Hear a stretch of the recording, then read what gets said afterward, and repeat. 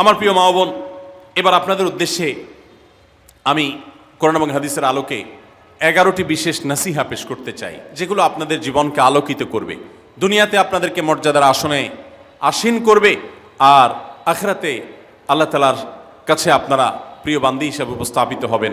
আল্লাহর কাছে আল্লাহর প্রিয় বান্দী হিসাবে উপস্থাপিত হয়ে জান্নাত লাভ করতে পারবেন। এরকম 11টি পরামর্শ বা নাসিহা আপনাদের প্রতি আমার। নাম্বার 1, কোরআন এবং হাদিসের জ্ঞান অর্জন করা।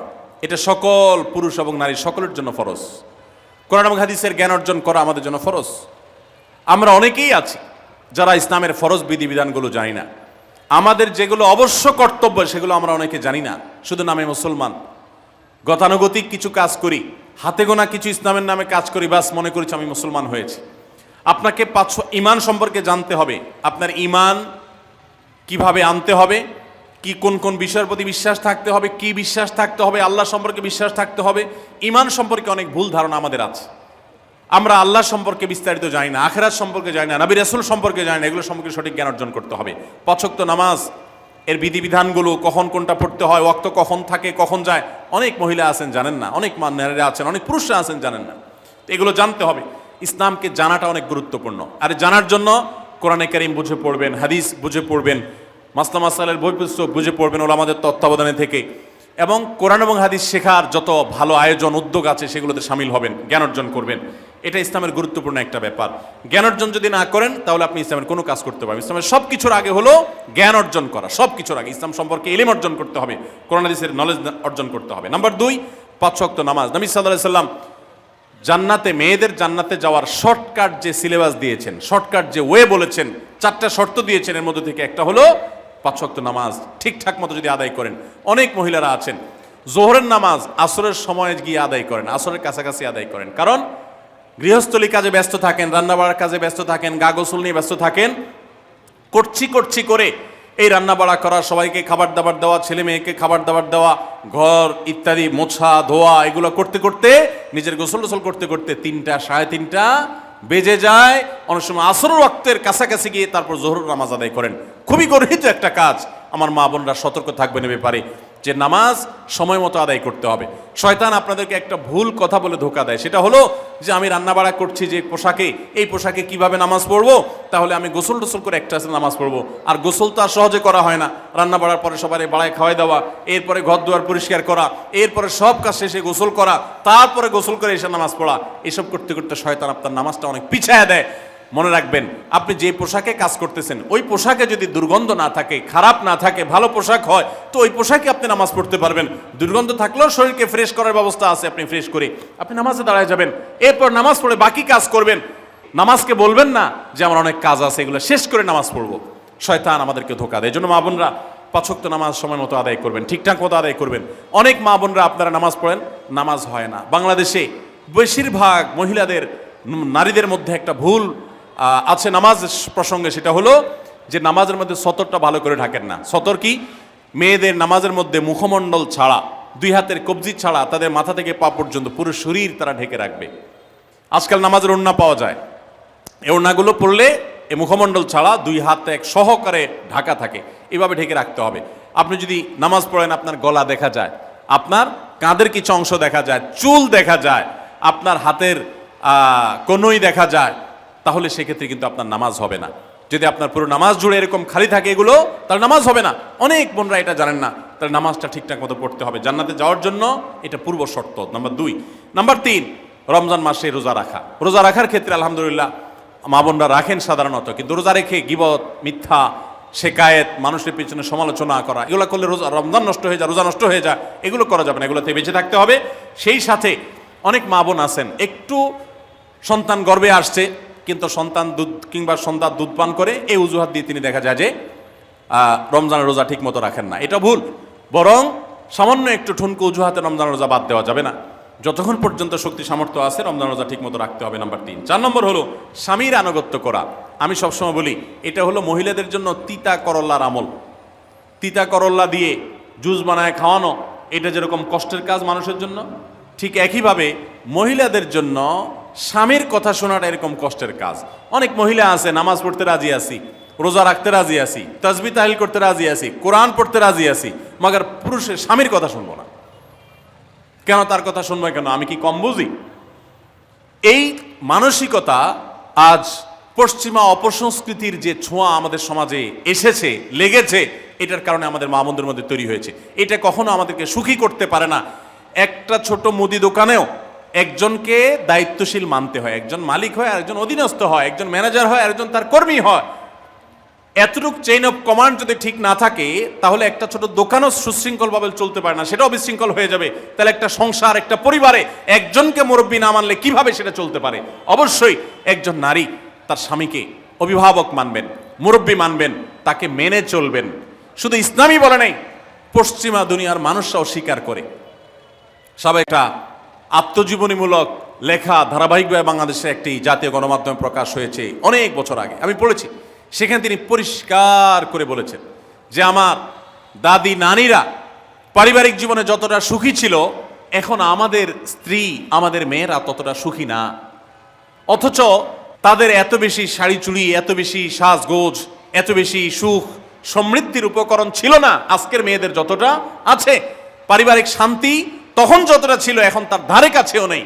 এর অন্যতম কারণ হলো এটি যে আমরা পশ্চিমা অপসংস্কৃতির ছোঁয়ায় পড়ে শয়তান আমাদেরকে অতিরিক্ত স্বাধীনতার নাম দিয়া আমাদেরকে বলগাহীন স্বাধীনতার পথে নিয়ে গেছে, যেটা আমাদের ধ্বংস ডেকে এনেছে।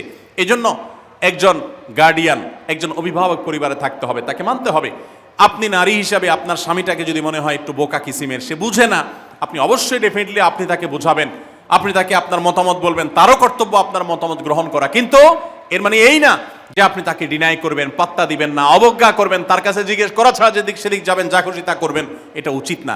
আপনার জান্নাতে যাওয়ার প্রয়োজনে ওই যে তিতা করল্লা বলেছি, সে যদি কোনো দিক থেকে তাকে মানতে আপনার কষ্ট হয়, আপনার থেকে সে পিছিয়ে আসে বুদ্ধিতে জ্ঞানে, তারপরে একটু কষ্ট করে ঢোক গিলেন, একটু কষ্ট করে সবর করেন, শুধুমাত্র জান্নাতের আশায় আল্লাহ তাআলা আপনাকে মর্যাদা দিবেন, দুনিয়াতে বড় করবেন, আখিরাতে বড় করবেন। অনেক সময় দেখা যায় পুরুষতান্ত্রিক সমাজে আমাদের দেশে দেখা যায় যে পুরুষদের নানা অনাচারে মেয়েরা অতিষ্ঠ হয়। একটু সবর করেন, সন্তান সন্ততি বড় হবে, তখন আর পুরুষের এই সমস্ত জুলুম থাকবে না, পুরুষ তখন দৌড়ের উপরে থাকবে। এই বাস্তবতা আমরা প্রত্যেকটা মানুষ উপলব্ধি করার কথা। অতএব মুসলিম নারীদের অত্যন্ত গুরুত্বপূর্ণ আরেকটি বিষয় হলো 4 নম্বর যেটি বললাম, স্বামীর আনুগত্য করা। যতটুকু সম্ভব তার সর্বোচ্চ আনুগত্য করার চেষ্টা করতে হবে, যতক্ষণ তিনি কোরআন হাদিসের কথা বলেন। স্বামী যদি কোনো অন্যায় কথা করতে বলেন, তাহলে তখন আর তার কোনো কথা শোনা যাবে না। নাম্বার 5, একজন মুসলিম নারীর জন্য তার ইজ্জতের হেফাজত অত্যন্ত গুরুত্বপূর্ণ ব্যাপার। এমন একটা সমাজে আমরা বসবাস করতেছি, পাঠ্য বইয়ে শিক্ষার নামে আমাদের সন্তানদের চরিত্র নষ্ট করে দেওয়া হচ্ছে, বিবাহ বহির্ভূত সম্পর্ক করতে তাদেরকে উস্কানি দেওয়া হচ্ছে, শিক্ষার নামে কুশিক্ষা দেওয়া হচ্ছে, যার কারণে আমার সন্তান নষ্ট হয়ে যাচ্ছে। এই জন্য আমি বলি, এমন যুবক, এমন যুবতী আজকাল সোনার হরিণ হয়ে গেছে। হাজারে 10 জন যুবক পাওয়া যাবে কিনা সন্দেহ, যেই যুবক বুকে হাত রেখে বুক টান টান করে আল্লাহর শুকরিয়া আদায় করে বলতে পারবে তার যৌবনে কোনো হারাম স্পর্শ সে করে নাই, কোনো হারামের কাছে সে যায় নাই, তার চরিত্রকে সে হেফাজত করেছে, কোনো গুনাহে সে লিপ্ত হয় নাই, এরকম কথা বলার মতো যুবক খুব বেশি নাই আমাদের সমাজে। ধ্বংস করে ফেলা হয়েছে বিনোদনের নামে, শিক্ষার নামে, নানা নামে। এগুলো আমাদের দেশের সংস্কৃতি ছিল না। এদেশের মুসলমান তো বটে, এদেশের হিন্দুরাও পারিবারিক এই বন্ধনের মধ্যে থেকে তারা তাদের চরিত্রকে হেফাজত করে, বৈবাহিক সম্পর্ক ছাড়া কোনো প্রকার সম্পর্কের মাধ্যমে তাদের যৌন আকাঙ্ক্ষাকে মেটায় না। এটা এদেশের মাটির, এদেশের কালচার, এদেশের মানুষের কালচার, এদেশের সকল ধরনের মানুষের কালচার, কিন্তু এদেশের সেই সংস্কৃতিকে ধ্বংস করে দেওয়া হচ্ছে ছোট ছোট বাচ্চাদের বইয়ে এই বিবাহ বহির্ভূত সম্পর্কের কথা বলে। এই জন্য সচ্চরিত্র এখন সোনার হরিণ হয়ে গেছে। নবী সাল্লাল্লাহু আলাইহি সাল্লাম বলেছেন, মাইয়াজমান লি মা বাইনা লিহিয়াইহি ওয়া মা বাইনা রিজলাইহি আদমান লাহুল জান্নাহ। যে ব্যক্তি তার 2 চোয়ালের মাঝখানের অঙ্গ অর্থাৎ মুখ, আর যে ব্যক্তি তার 2 রানের মধ্যবর্তী অঙ্গ, তার লজ্জাস্থানকে হেফাজত করবে, অন্যায় খাতে ব্যবহার করবে না, এটার সংরক্ষণের দায়িত্ব এবং গ্যারান্টি যে ব্যক্তি নিজের ব্যাপারে নিজে নিবে, নবী সাল্লাল্লাহু আলাইহি সাল্লাম বলেছেন, আমি তার জন্য জান্নাতের দায়িত্ব নিয়ে নিলাম। যে এটা 2টার দায়িত্ব নিতে পারবে, আমি তার জান্নাতের দায়িত্ব নিলাম। এবং নবী সাল্লাল্লাহু আলাইহি সাল্লাম আরো বলেছেন, আকসারু মা ইউদখিলুন নাস আন-নার, মানুষকে সবচেয়ে বেশি জাহান্নামে নিয়ে যায় কোন জিনিসে? আল ফামু আল ফরজ, এই 2টি অঙ্গ, মুখ এবং লজ্জাস্থান। এই জন্য মা বোনরা, অনেকে আপনাদেরকে অনেক প্ররোচনা দিবে, অনেক গুনাহের পথে আহ্বান করবে। আপনাদের মেয়েরা স্কুল কলেজে পড়তে গেলে সেখানে অনেক অন্যায় আবেদন শুনবে, হারামের আহ্বান শুনবে। তাদেরকে সুশিক্ষা দিবেন যে আল্লাহ তাআলা তোমাকে যে চরিত্র দিয়েছে, এই যৌবন দিয়েছে, এটাকে যেখানে সেখানে ব্যবহার করলে হবে না। কিয়ামতের ময়দানে যুবকদেরকে আলাদা করে জিজ্ঞাসা করা হবে, তোমার যৌবনকালে কি করছো সেটা বলো, বুড়া বয়সে এসে কি করছো এটা ইম্পর্টেন্ট না, যৌবনকালে কি করে আসছো সেটার হিসাব দাও। যৌবনকে হেফাজত করার গুরুত্ব এত বেশি, আল্লাহ আলাদা করে জিজ্ঞাসা করবেন। এই জন্য মা বোনদের কর্তব্য তাদের মেয়েদেরকে, ছেলেদেরকে অসৎ চরিত্রতা থেকে হেফাজত করবেন, সংরক্ষণ করবেন, তাদেরকে বুঝাবেন, তাদেরকে সেভাবে বড় করবেন যে বিয়ে শাদীর মাধ্যমে, সাংসারিক জীবনের মাধ্যমে তোমরা তোমাদের এই জীবনকে তোমরা উপভোগ করবে। আল্লাহ তাআলা তোমাদের জন্য যে নেয়ামত রেখেছেন সেই নেয়ামত তোমরা পাবে, কিন্তু অবৈধ উপায়ে কখনো তোমরা সেদিকে পা বাড়াবে না। যারা বাড়ায় তাদের দুনিয়াতেই ধ্বংস হয়, আখিরাত তো আছেই। এই অবৈধ সম্পর্ক করে সুখে থাকে খুব কম মানুষ। যারা যত বেশি এই জগতে যায় তারা তত বেশি অসুখী থাকে দাম্পত্য জীবনে। অতএব একজন নারী তার 5 নম্বর গুরুত্বপূর্ণ বিষয় হলো তার ইজ্জতের হেফাজত, লজ্জাস্থানের হেফাজত এবং তার চরিত্রের হেফাজত। আল্লাহ তাআলা আমাদের মা বোনদেরকে সেই তৌফিক দান করুন। অনেক সময় দেখা যায় যে সবই ঠিক আছে, আপনি সোশ্যাল মিডিয়াতে পুরুষের ছবি দেখে, ভিডিও দেখে আপনি হারাম আনন্দ পাচ্ছেন। আপনি ইমোতে, হোয়াটসঅ্যাপে, মেসেঞ্জারে বিভিন্ন পুরুষের সাথে অপ্রয়োজনীয় চ্যাটিং করছেন, কথা বলছেন, এবং সেখানে এই বেহুদা কথা থেকে অনেক অনাচার হয়ে যায়, অনেক সংসার ভেঙে যায়, অনেক পরকীয়া হয়, অনেক সংসার ধ্বংস হয়।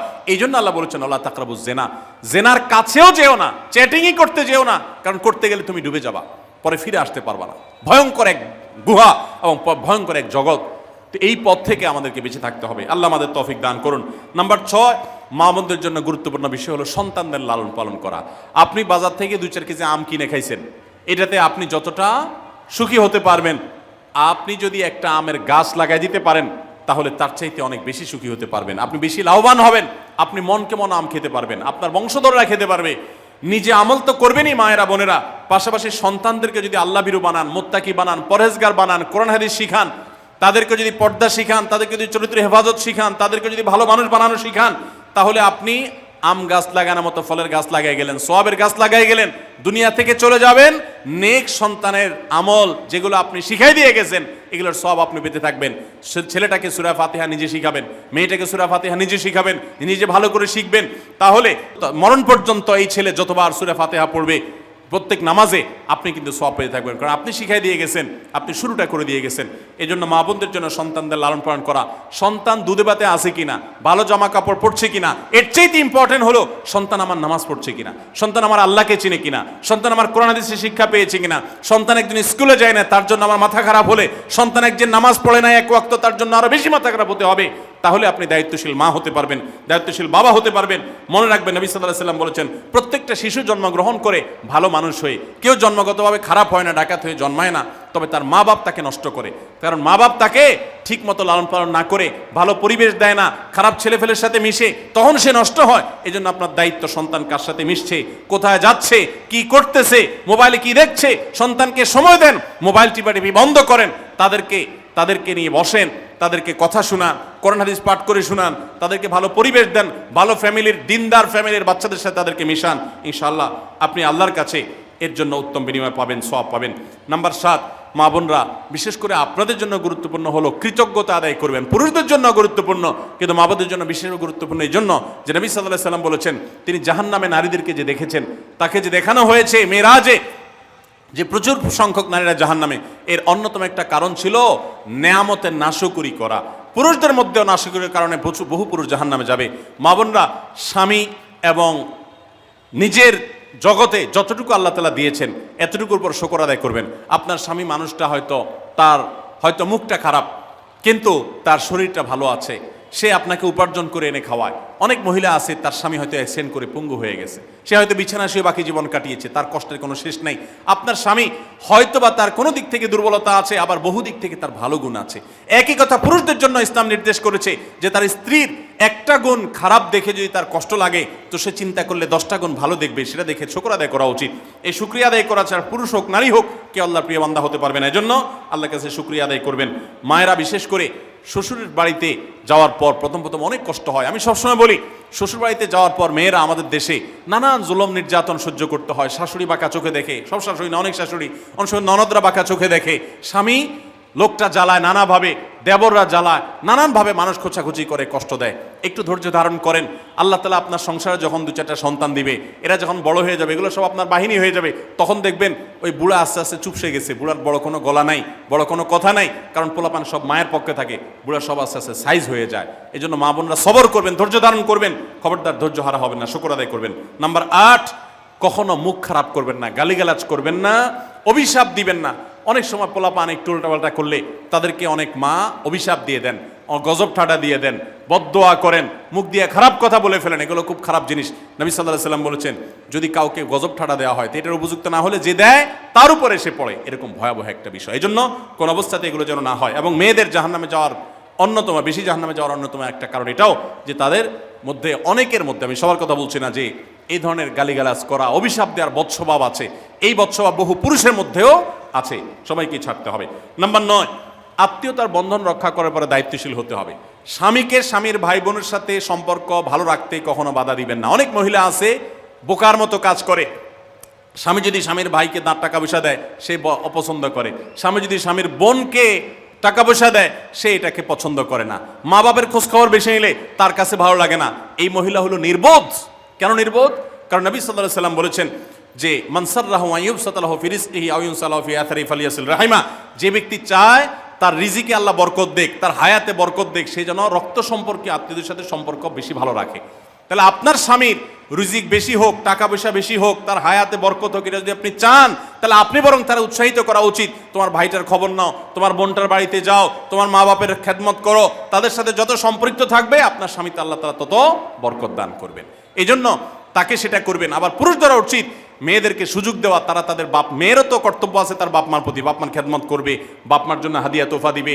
অনেক পুরুষরা আছে মেয়েদের পাওনা অধিকারই দেয় না, হাদিয়া তোফা কোত্থেকে দিবে, তাদের মহরটাই দেয় না, তাদের হাত খরচ দেয় না। আলাদা কিছু হাত খরচ দেওয়া উচিত, যে তার মতো সে খরচ করবে, তার মা বাপের জন্য খরচ করবে। এগুলোর বিনিময়ে আমরা আল্লাহর কাছে জান্নাত পাবো। অতএব এই আত্মীয়তার সম্পর্ক রক্ষা করা গুরুত্বপূর্ণ। নাম্বার 10, সাদাকা করবেন। সাদাকা জাহান্নাম থেকে মুক্তির কারণ। নবী সাল্লাল্লাহু আলাইহি ওয়াসাল্লাম জাহান্নামের ব্যাপারে সতর্ক করেছেন আপনাদেরকে, আমাদের সবাইকে। অতএব সাদাকা দিলে জাহান্নাম থেকে মুক্তির একটা পথ আমরা পাই, সুগম হয়।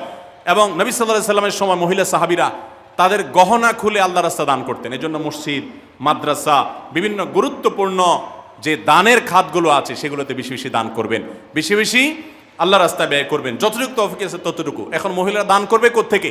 পুরুষরা মহরের টাকাই পরিশোধ করে না, বেচারে দান করবে কোত্থেকে? এই জন্য পুরুষরা দায়ী হবে। এবং মহিলারাও তাদের মহরের টাকা যেন অনাদায় না থাকে, তারা যেভাবে চেষ্টা করলে হয় সেভাবে চেষ্টা করবেন। এবং তাদের হাত খরচ আলাদা দেওয়া উচিত, এবং তারা পর্দার মধ্যে থেকে তাদের মতো উপার্জনও করতে পারেন, সেটাও শরীয়ত তাদের জন্য সুযোগ রেখেছে। যেভাবে হোক তারাও সাদাকার চেষ্টা করবেন। 11 নম্বর সর্বশেষ হলো সময়ের অপচয় করবেন না। এখন এমন একটা সময় চলছে বেশিরভাগ মানুষ জাহান্নামে যাবে, যেই কারণে আজকের যুগে সবচেয়ে বেশি আমরা বিপদগামিতার মুখে যাচ্ছি, যে কারণে সেটার অন্যতম হলো এই স্মার্টফোনের অপব্যবহার। আমরা অনেকে আছি টেলিভিশনের বিভিন্ন সিরিয়ালে আসক্ত, অনেকে আছি বিভিন্ন নাটক সিনেমায় আসক্ত, অনেকে আছি ফেসবুক এবং ইউটিউব এগুলোতে আসক্ত। বিশেষ করে মা বোনদেরকে বলছি, অনেকেই আছেন এখনো রিমোট ছাড়া তার পেটের ভাত হজম হয় না, সারাদিন রিমোট হাতে বসে থাকেন, একটার পর একটা সিরিয়াল এবং চ্যানেল পাল্টাতে থাকে। মনে রাখবেন, সফল ইমানদার হতে হলে এই অনর্থক কাজ না ছাড়লে আপনি সফল ইমানদার হতে পারবেন না। অনেকে নামাজে পড়ে আবার সিরিয়ালও দেখে, অনেকে আছেন ফেসবুকে ঘন্টাকে ঘন্টা, ইউটিউবে ঘন্টা ঘন্টা সময় নষ্ট করেন।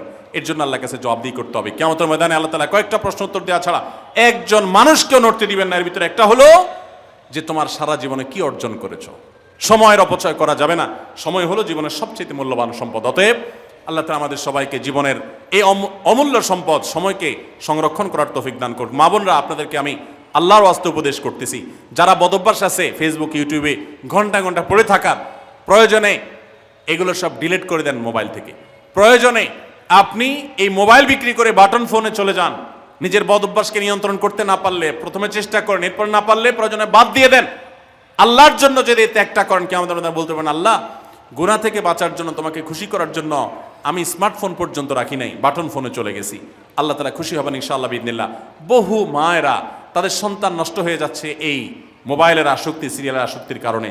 তাদের স্বামীর সাথে সম্পর্ক নষ্ট হয়ে যাচ্ছে এই সমস্ত আসক্তির কারণে। অনেক গুনাহের পথে তারা চলে যাচ্ছেন এই সমস্ত আসক্তির কারণে। এই জন্য এগুলোকে নিয়ন্ত্রণ না করলে আপনি কখনো নেককার হতে পারবেন না। আপনার সন্তানকে মোবাইল দেখে খাওয়াবেন না। আমি আমার সন্তানকে মোবাইল দেখে খাওয়াই না। আমরা সব জায়গায় বলি মোবাইল দেখা, কার্টুন দেখায়, মোবাইল দেখায় বাচ্চাকে খাওয়াবেন না। বাচ্চা কাচ্চা এখন ক্রেজি হয়, আধপাগল কিসিমের হয়, জিদি হয়, বদমেজাজি হয়, ভাঙচুর করে। কেন হয়? কারণ সারাদিন আপনি ওর মোবাইলে কি দেখান? কার্টুন দেখান। কার্টুন মানে কি? মার মার, কাট কাট, হ্যাঁ, সব কিছু ধ্বংস করে ফেলা, গুলি করা, বোমা মারা, হ্যাঁ, সাপ হয়ে সব খেয়ে ফেলা, এটাই তো। এগুলো বাচ্চাদেরকে ক্রেজি করে, বাচ্চাদেরকে মানসিকভাবে অসুস্থ করে, ধ্বংস করে দেয়। তাদেরকে ফিজিক্যাল খেলাধুলা, শারীরিকভাবে করতে পারে এরকম খেলাধুলার ব্যবস্থা করেন, দৌড়াদৌড়ি করার ব্যবস্থা করেন। বাচ্চারা সুস্থ থাকবে, ভালো থাকবে। মোবাইল থেকে তাদেরকে বাঁচান, টেলিভিশন থেকে তাদেরকে বাঁচান, এবং কার্টুন থেকে, ভিডিও গেমস থেকে তাদেরকে বাঁচান। না বাঁচাতে পারলে আপনার দুনিয়া আখিরাত সব ধ্বংস হয়ে যাবে। অতএব আজকের এই মাহফিল থেকে আসুন, প্রতিজ্ঞা করি যে আমরা সময় নষ্ট করব না, সময়ের অপচয় করব না, প্রয়োজন ছাড়া মোবাইল হাতাহাতি ঘাটাঘাটি করব না, ঘন্টায় ঘন্টা মোবাইলকে সময় দিব না। অনেক মেয়েরা আছেন, অনেক পুরুষরা আছেন, এই একটি অপকর্মের কারণে তার শিক্ষা জীবন ধ্বংস হয়ে যায়, চাকরি নষ্ট হয়ে যায়, ব্যবসা লাডে উঠে, মা বাবার সাথে সম্পর্ক নষ্ট হয়, স্বামী স্ত্রীর সম্পর্ক নষ্ট হয়, সাংসারিক জীবন ধ্বংস হয়ে যায়, সবকিছু ধ্বংস হয়ে যায় শুধু এই মোবাইল ফোনের অনিয়ন্ত্রিত ব্যবহার করার কারণে। যারা মোবাইলকে নিয়ন্ত্রণ করতে পারেন না, ডাইরেক্ট হয়ে গেছেন, সারাক্ষণ হাতে মন চায়, তারা একটা শক্ত সিদ্ধান্ত নেন, প্রয়োজন আমি স্মার্টফোন বিক্রি করে দিব। 6 মাস 8 মাস আপনি কিছুদিনের জন্য, 1 বছরের জন্য বাটন ফোনে চলে যান, এরপর আবার ব্যাক করলে আশা করা যায় আল্লাহ আপনাকে হেফাজত করবেন। এবং ইসলামের নাম দিয়ে, অনেকে বলে আমি ইউটিউবে ওয়াজ শুনি, ফেসবুকে ওয়াজ শুনি, ওয়াজের নাম দিয়া আপনি যে কি করেন কি না করেন সেটা আপনার আরশের মালিক সবই জানেন। অতএব যে ওয়াজ শুনতে গিয়ে আপনার আকাম কুকাম করা লাগে, খারাপ জিনিস দেখা লাগে, ওই ওয়াজ শোনার কথা আপনাকে ইসলাম বলে নেই। আল্লাহ তাআলা আমাদের সবাইকে সবগুলো বিষয় আমল করার তৌফিক দান করুন। আমরা আবারও বলছি, আজকে আমাদের মা বোনদেরকে লক্ষ্য করে, বিশেষ করে যে 11টি করণীয় আপনাদের জীবনকে সোনালী জীবনে পরিণত করতে পারে, আপনাদের জীবনটাকে সমৃদ্ধ করতে পারে, সুখী করতে পারে, এবং আল্লাহর কাছে আপনাদেরকে জান্নাতের উপযুক্ত করবে। কিয়ামতের ময়দানে সুন্দর হাসি, সুখের হাসি, তৃপ্তির হাসি আপনাদেরকে হাসাবে ইনশাআল্লাহ। সেই 11টি নসিহা, সেই 11টি বিষয়ের প্রথমটি হলো কোরআন এবং হাদিসের জ্ঞান অর্জন করবেন। অনেক ভালো ভালো বই আছে কোরআন হাদিস ভিত্তিক, সেগুলো পড়বেন। দিন শিক্ষার যত আয়োজন আছে সেগুলোর সাথে সম্পৃক্ত হবেন। অনলাইনে অনেক কোর্স করা যায়, সেগুলোতে আপনি সম্পৃক্ত হতে পারেন। যেভাবে হোক আপনাকে কোরআন হাদিসের কথা জানতে হবে। আল্লাহ কি বলেছেন, রাসূল সাল্লাল্লাহু আলাইহি ওয়াসাল্লাম কি বলেছেন, মাসালা মাসাইল কখন কি করা উচিত, কোরআন হাদিসে কি বলা আছে, এগুলো জানতে হবে আপনাকে। যতটুকু সম্ভব জানার চেষ্টা করবেন। নাম্বার 2, 5 ওয়াক্ত নামাজ সঠিকভাবে আদায় করবেন, সময় মতো আদায় করবেন। জোহরের ওয়াক্ত বাসার কাজ কাম শেষ করে গোসল করে একেবারে 3টার দিকে একসাথে পড়বো, এটা করা যাবে না, বরং সময় মতো আদায় করতে হবে। এবং মেয়েদের যে সতর, এই সতর ঢাকার উপরে সতর্ক থাকতে হবে।